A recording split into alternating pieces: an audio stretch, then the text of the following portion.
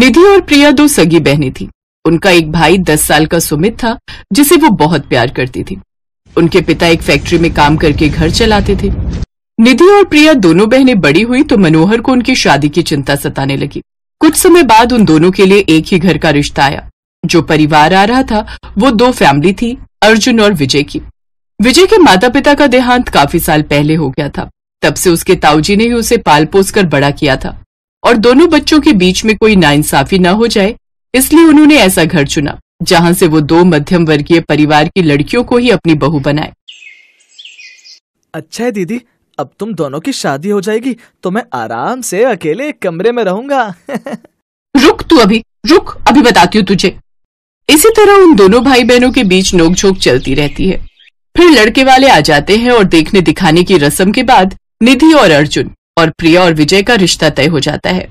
कुछ समय बाद दोनों बहनें ब्याह कर ससुराल आ जाती हैं। अर्जुन खुद का कपड़ों का काम शुरू करता है और विजय एक छोटी कंपनी में नौकरी करके ही खुश था। धीरे धीरे अर्जुन की मेहनत रंग लाती है और उसका व्यापार बहुत अच्छा चलने लगता है और वो अमीर बन जाते हैं। कुछ समय बाद अर्जुन एक बेटी का और विजय एक बेटे का बाप बन जाता है। आप भी क्यों नहीं कोई काम शुरू कर लेते? इस बार अर्जुन जीजा और निधि दीदी आई थी तो खुद की गाड़ी से आए थे। साथ ही उन्होंने अपनी बेटी के लिए सोने की चेन भी बनवा दी। ये मत समझो कि मैं उनसे जल रही हूँ, लेकिन हमें अपने बेहतर भविष्य के लिए सोचना चाहिए। देखो प्रिया, हमारे पास जो है उसी में खुश रहना सीखो। कहीं ऐसा ना हो बेहतर के चक्कर में मेरी नौकरी भी चली जाए। अपने पति की बात सुनकर प्रिया चुप हो गई। निधि वैसे तो बहुत अच्छी थी, लेकिन पैसा आने के कारण अब उसमें घमंड आ गया। उसे अच्छा लगने लगा जब लोग उसके अमीर होने की तारीफ करते। कुछ दिनों बाद राखी का त्योहार आने वाला था। दोनों बहनें तैयारी में लग गई। ऐसे ही राखी वाले दिन निधि अपनी कार से मायके पहुंची, जबकि बस के इंतजार में प्रिया लेट आई। घर में सुमित और उसकी मां आशा थी। निधि के आते ही उसकी मां खूब सारा सामान टेबल पर सजा देती है। ले बेटी, जो तुझे खाना है खा, ये सब मैंने खास तेरे लिए मंगवाया है। अरे माँ, इन सब की क्या जरूरत थी? ऊपर वाले की कृपा से खाने पीने की कोई कमी नहीं है मेरे ससुराल में। अच्छा सुमित, देख भाई, इस बार मैं तेरे लिए सोने की राखी लाई हूँ और ये हमारे यहाँ की सबसे महंगी मिठाई है। हाय, सोने की राखी, इतना खर्चा करने की क्या जरूरत थी? अब माँ, मेरा एक ही तो भाई है, और सुमित तुझे कुछ और भी चाहिए हो तो मुझे बोल देना। सुमित वैसे तो छोटा था, लेकिन अपनी अमीर बहन की चकाचौंध देख खुश हो जाता है।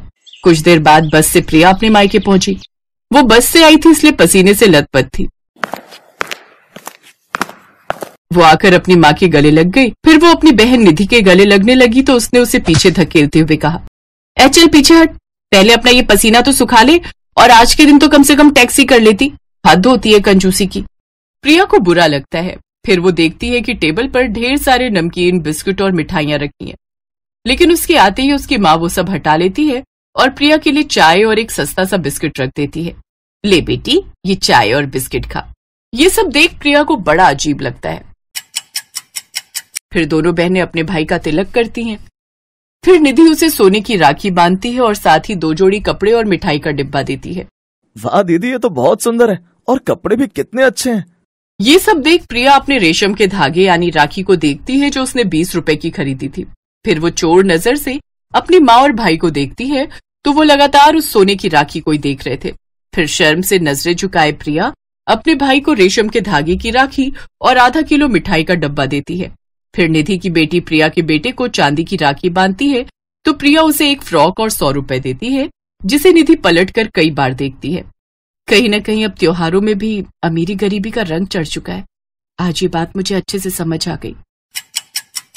शाम को उनके पिताजी भी अपनी बहन से राखी बंधवाकर लौट आते हैं। उस रात भी आशा अपनी अमीर बेटी को खाने में घी की चुपड़ी हुई रोटियां और खूब सारी सब्जी, गुड़ मलाई खाने को देती है, जबकि प्रिया को सिर्फ सब्जी और बिना घी की रोटियां ही देती है।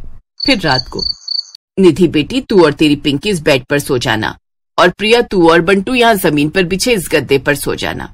मनोहर ये सब चुपचाप देख रहा था, लेकिन उस वक्त वो चुप रहा। ऐसे ही अगले दिन दोनों बहनें वापस अपने ससुराल जाने की तैयारी करती हैं। तो विदाई के वक्त आशा निधि को कपड़े और 1100 रुपए देती है। ये ले निधि, ये महंगी साड़ी, ये फ्रॉक पिंकी के लिए और ये 1100 सगुन। तू तो वैसे इतना कुछ लाई थी, और प्रिया ये साड़ी और 100 रुपए तेरे लिए। निधि ये सब देखकर बड़ा गर्व महसूस कर रही थी कि कैसे उसकी अमीरी के कारण उसे इज्जत दी जा रही है, लेकिन ये सब देखकर मनोहर बहुत गुस्सा हुआ। गुस्सा क्यों होते हो जी? अब ये तो रीति रिवाज है, जितना जहाँ से मिलता है उतना ही देना भी तो पड़ता है। तुम समझ क्यों नहीं रहे? अच्छा निधि, तुम बताओ, जब तुमने अपने भाई के लिए राखी खरीदी तो क्या तुम्हारे मन में यह विचार था कि सोने की राखी खरीद कर तुम अपनी अमीरी दिखाओगी? महंगी मिठाई लाकर तुम क्या दिखाना चाहती हो? तुम अपनी ही बहन को नीचा दिखाना चाहती थी। और तुम आशा, जो ज्यादा सामान लाया है उसे ज्यादा शगुन और जो कम लाया है उसे कम शगुन। भाई बहन के इस प्यार भरे दिन को तुम अमीरी गरीबी से मत तोलो। पापा, सुमित मेरा इकलौता भाई है। मैं कसम खाकर कहती हूँ कि मैं त्योहार को त्योहार की तरह ही मनाने आई थी, लेकिन कल से ये सब मैं भी देख रही थी। लेकिन मेरे लिए त्योहार पर शांति बनाए रखना सबसे ज्यादा जरूरी था। निधि के पास कोई जवाब नहीं था। अब उसे एहसास हुआ कि उससे गलती हो गई है। हमें खुशी हुई निधि बेटा कि तुम बहुत अमीर बन गए हो, लेकिन अपने इस अमीरी गरीबी को तुम अपने भाई बहन के प्यार में मत तोलो। मुझे माफ कर दो पापा, आगे से मैं कभी शिकायत का मौका नहीं दूंगी। और मेरी बहन, तुम भी मुझे माफ कर दो। इसके बाद तीनों भाई बहन एक दूसरे के गले लग जाते हैं। फिर सब साथ में चाय पीते हैं, जिसके बाद आशा दोनों बेटियों को बराबर का सम्मान और शगुन देकर खुशी खुशी विदा करती है। रामपुर नाम के एक शहर में एक रीता नाम की लड़की अपने पापा के साथ रहती थी। उसका कोई भाई नहीं था और मम्मी भी नहीं थी। वो बहुत अमीर परिवार से थी। एक बार वो अपने पापा के साथ कहीं जा रही थी। पापा, मुझे बहुत भूख लगी है, मुझे कुछ खाना है। रीटा, मैं जरा पास की दुकान से कुछ खाने के लिए लेकर आता हूँ, तुम यहीं पर मेरा इंतजार करना। और रीता के पापा उसको गाड़ी में बैठा छोड़कर पास के होटल से कुछ खाने के लिए लेने निकल गए। यहाँ तो मैं बोर हो रही हूँ, क्या करूँ, पता नहीं पापा कब आएंगे। तभी उसे दूर एक लड़का राखी बेचता हुआ दिखा। उसका नाम राजेश था। राखी ले लो राखी, सुंदर सुंदर राखी, अपने भाइयों के लिए राखी ले लो राखी। अरे वाह, ये तो बड़ी सुंदर राखी है। ले लो ना एक राखी, ये ले लो ना, बहुत सुंदर है। नहीं, मैं राखी नहीं ले सकती। पर क्यों? ये तो बहुत सुंदर राखी है, भाई की कलाई पर बहुत सुंदर लगेगी। हाँ, राखियाँ तो बहुत सुंदर हैं, पर जिसे राखी बांधू वैसा मेरा कोई भाई नहीं है। मेरी भी कोई बहन नहीं है, ऐसा करो तुम मुझे राखी बांध लेना। रीता खुश हो जाती है और तभी दूर से उसको उसके पापा आते हुए दिखते हैं। 4 दिन बाद राखी है, मैं यहीं पर आकर तुम्हें राखी बांधूंगी, तुम मेरा इंतजार करना भैया। अभी मेरे पापा आ रहे हैं, वो तुमसे बात करते हुए देखेंगे तो बहुत नाराज होंगे, अभी तुम जाओ। राजेश अपने आप को भाई सुनकर बहुत खुश होता है और उससे वहाँ पर आकर राखी बंधवाने के लिए मान जाता है। 4 दिन बाद जब राखी का दिन आता है तब राखी लेकर रीता उसी जगह पहुँचती है और राजेश को राखी बांधती है। बहन, राखी तो तूने मुझे बांधी है, पर मेरे पास कुछ नहीं तुझे देने के लिए। मैं खुद एक गरीब लड़का हूँ और तुम एक अमीर, मैं तुझे क्या दे सकता हूँ? भाई, मैंने राखी तुमसे कुछ लेने के लिए नहीं बांधी, एक रिश्ते के लिए बांधी है। आज से तुम मेरे भाई और मैं तुम्हारी बहन। और वो राजेश का हाथ पकड़कर अपने दोस्तों से मिलवाने ले जाती है, पर राजेश के फटे पुराने कपड़े देखकर सब उसका मजाक उड़ाते हैं। अरे रीटा, क्या पूरी दुनिया में तुझे और कोई भाई नहीं मिला? ये देख, इसके पास तो कुछ कपड़े भी नहीं है, इस गरीब को तूने भाई बनाया। जैसे भी हैं मेरे भाई हैं, तुम्हें इससे क्या, तुम सब जाकर अपना काम करो। ये सुनकर रीता को बहुत बुरा लगता है और रीता राजेश को लेकर दुकान पर पहुँचती है और उसको कुछ नए कपड़े दिला देती है। रीटा, इतने महंगे कपड़े मैंने कभी नहीं पहने, मैं ये महंगे कपड़े नहीं ले सकता। कोई महंगे नहीं है भाई, ये कपड़े मेरी तरफ से राखी का गिफ्ट है तुम्हारे लिए। राजेश उन्हें लेकर बहुत खुश होता है। इसी तरह दोनों अक्सर मिला करते और बहुत सारी बातें किया करते। राजेश को बहन का प्यार मिला और रीता को भाई का। कुछ समय बीत जाता है और अगली राखी का त्योहार आता है। राजेश वहीं पर रीता का इंतजार करता है। सुबह से शाम हो जाती है पर रीता नहीं आती। राजेश उसको ढूंढता हुआ उसके घर पहुंच जाता है। उसकी बहुत बड़ी हवेली देखकर हैरान रह जाता है और अंदर जाने लगता है। अरे अरे अरे, कहाँ जा रहे हो लड़के? मुझे रीटा से मिलना है। अरे रीटा मैडम से कोई नहीं मिल सकता, और वैसे भी तुम हो कौन जो रीटा बेबी से मिलना चाहते हो? मैं रीटा का भाई हूँ। तुम रीटा के भाई हो? रीटा का तो कोई भाई नहीं है, और रीटा बेबी को तुम ही मिले थे भाई बनाने के लिए। अरे जाओ जाओ, किसी और को बेवकूफ बनाना। राजेश वहाँ से नहीं जाता। तभी तेज बारिश होती है और राजेश वहीं खड़ा रहता है और बारिश में भीगता रहता है। रात हो जाती है और भूखा प्यासा वो रीता के लिए खड़ा रहता है। तभी रीता के पापा उसके खड़े होने पर, ये कौन खड़ा है बाहर? साहब, ये लड़का रीटा बेबी से मिलने आया है और खुद को उनका भाई बता रहा है। कौन हो तुम और यहाँ क्या कर रहे हो? मुझे रीटा से मिलना है। आज राखी है ना, उससे राखी बंधवानी है मुझे। मैं अपने साथ राखी भी लेकर आया हूँ। तुम्हें राखी बांधेगी रीटा? अभी शक्ल आईने में देखी है? जा भाग यहाँ से और दोबारा यहाँ नजर मत आना, नहीं तो हड्डी पसली तोड़ दूंगा। और राजेश को धक्के मारकर निकाल दिया जाता है। उसके बाद राजेश कभी रीता से नहीं मिल सका। करीब 10 साल बाद राजेश रीता के घर के बाहर से गुजर ही रहा होता है कि उस घर में राजेश देखता है। रीटा बेटी, जल्दी नीचे आओ, कुछ दिखाना है तुम्हें। मेरी बहन वापस आ गई। और राजेश रीता को आवाज देता है और रीता उसके पास आ जाती है। रीटा, तुम इतने सालों से कहाँ थी? मैं हर राखी पर तुम्हारा यहाँ इंतजार कर रहा था। कौन हो तुम? भूल गई रीटा? आज से 10 साल पहले तुमने मुझे राखी बांधी और मुझे अपना भाई बनाया था। क्या बक रहे हो तुम? मैं तुम जैसे छोटे लोगों को अपना रिश्तेदार बनाऊंगी क्या? ये सब झूठ है। नहीं रीटा, ये सच है। तुम मुझे अपना भाई कहती थी और मैं राखी बेचता था। तुमने 10 साल पहले मुझसे ही राखी खरीद कर मुझे ही बांधी थी। मुझे ऐसा कुछ याद नहीं, और अगर ऐसा हुआ भी है तो वो मेरे बचपन की बात थी। अब सब भूल जाओ। मेरा कोई भाई नहीं है और मैं तुमको अपना भाई क्यों बनाऊंगी? सिक्योरिटी, इसे यहाँ से निकालो। पता नहीं कहाँ से आ जाते हैं गरीब लोग।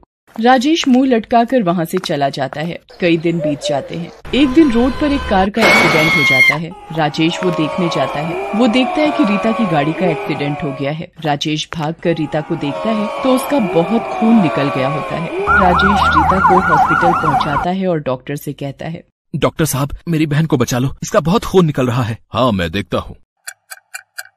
डॉक्टर, मेरी बहन ठीक तो है ना? उसको कुछ हुआ तो नहीं? राजेश, एक्सीडेंट में तुम्हारी बहन की आंखें चली गई हैं। ये क्या कह रहे हो डॉक्टर साहब? संभालो अपने आप को राजेश। अब क्या होगा मेरी बहन का? तुम फिक्र मत करो। अगर किसी की आंखें मिल जाएं, तो हम तुम्हारी बहन की आंखों का ऑपरेशन कर उसकी आंखें वापस लगा सकते हैं। डॉक्टर साहब, आप मेरी आंखें रीटा को लगा दो। पर राजेश, तुम बिन आंखों के देख नहीं पाओगे। मुझे इसका कोई मलाल नहीं डॉक्टर साहब। आप मेरी आंखें रीटा को दे दो, मैं उसकी नजरों से दुनिया देखूंगा। राजेश एक पत्र लिखता है और डॉक्टर को देता है और कहता है, डॉक्टर साहब, जब मेरी बहन रीटा की आंखें लग जाएं, तब आप उसे ये पत्र दे देना, पर किसी को भी मेरे बारे में नहीं बताना, ना ही मेरा पता। ठीक है राजेश, जैसा तुमको सही लगे। और डॉक्टर राजेश को आंखें दान करने के लिए ऑपरेशन थिएटर में आने के लिए कहते हैं। राजेश जाने से पहले रीता के पापा को उसके एक्सीडेंट के बारे में बता देता है। हेलो अंकल, रीटा का एक्सीडेंट हो गया है, वो सिटी हॉस्पिटल में है, जल्दी आओ। आप कौन बोल रहे हो और ये एक्सीडेंट कैसे हुआ? अंकल, रीटा की गाड़ी एक ट्रक से टकरा गई थी, जिससे उसका एक्सीडेंट हो गया। रीटा की हालत नाजुक है, आप जल्दी आ जाओ। राजेश के फोन के बाद रीता के पापा हॉस्पिटल पहुंच जाते हैं। उधर राजेश अपनी आंखें रीता को दान कर देता है और वहां से चला जाता है। डॉक्टर साहब, अब मेरी बेटी कैसी है? अब आपकी बेटी बिल्कुल ठीक है। किसी ने अपनी आंखें देकर रीटा की आंखों की रोशनी लौटाई है। कौन है वो डॉक्टर साहब? मुझे उससे मिलना है। सॉरी, पर हम उसका नाम और पता नहीं बता सकते, उसने मना किया है। जब रीता की आंखें ठीक हो जाती हैं, तब डॉक्टर उससे कहते हैं, रीटा, तुम्हारी आंखें किसी और की देन है और उसने तुम्हें ये पत्र देने के लिए कहा है। रीता पत्र ले लेती है और पढ़ती है। उसमें लिखा होता है, रीटा, तुमने शायद भाई बहन के रिश्ते को एक मजाक समझा, पर मैंने तुम्हें अपनी बहन समझा और 10 साल तक तुम्हारा हर दिन इंतजार किया। मैं तुम्हारे घर भी गया था, पर तुम्हारे पापा को ये मंजूर नहीं था। सही भी है ना, एक अमीर घर की लड़की एक गरीब लड़के को अपना भाई कैसे बना सकती है? पर मैंने ये रिश्ता दिल से माना था। जब तुमने मुझे पहले राखी बांधी थी, उस समय मेरे पास तुम्हें देने के लिए कुछ भी नहीं था। आज उसी राखी का कर्ज निभा रहा हूँ। ये राखी का तोहफा समझकर स्वीकार करना और इन आंखों में कभी भी आंसू मत आने देना। हमेशा होठों की मुस्कुराहट बनाए रखना और कभी किसी का दिल मत तोड़ना। तुम्हारा भाई राजेश। ये सुनकर रीता और उसके पापा की आंखों में आंसू आ जाते हैं और वो अपने किए पर बहुत पछताते हैं।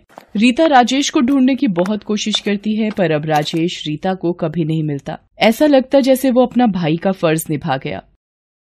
भगवान ने मुझे भाई और माँ के प्यार से वंचित रखा, और मुझे भाई मिला भी तो मैंने खुद उसे ठुकरा दिया। मैं कितनी अभागी हूँ। इन सबका जिम्मेदार मैं हूँ बेटी। पैसे के लालच में मैंने तुम दोनों का भाई बहन का रिश्ता तोड़ दिया। पर अब पछताने से दोनों का रिश्ता वापस नहीं आ सकता था। राखी के रिश्ते को पैसों से नहीं तौला जाता। राखी का रिश्ता कभी अमीरी और गरीबी का मोहताज नहीं होता। ये बात आज एक गरीब भाई ने सिद्ध करके दिखा दी। Best buddies. Hello friends. Thanks for watching this video. अगर आपको ये वीडियो पसंद आया है तो प्लीज लाइक, सब्सक्राइब, कमेंट्स करें इस वीडियो पर, और हाँ, शेयर करना भी ना भूलें। और भी मजेदार वीडियो देखने के लिए नीचे दिए गए बेल आइकॉन को दबाएं। देखते रहिए बेस्ट बडीज।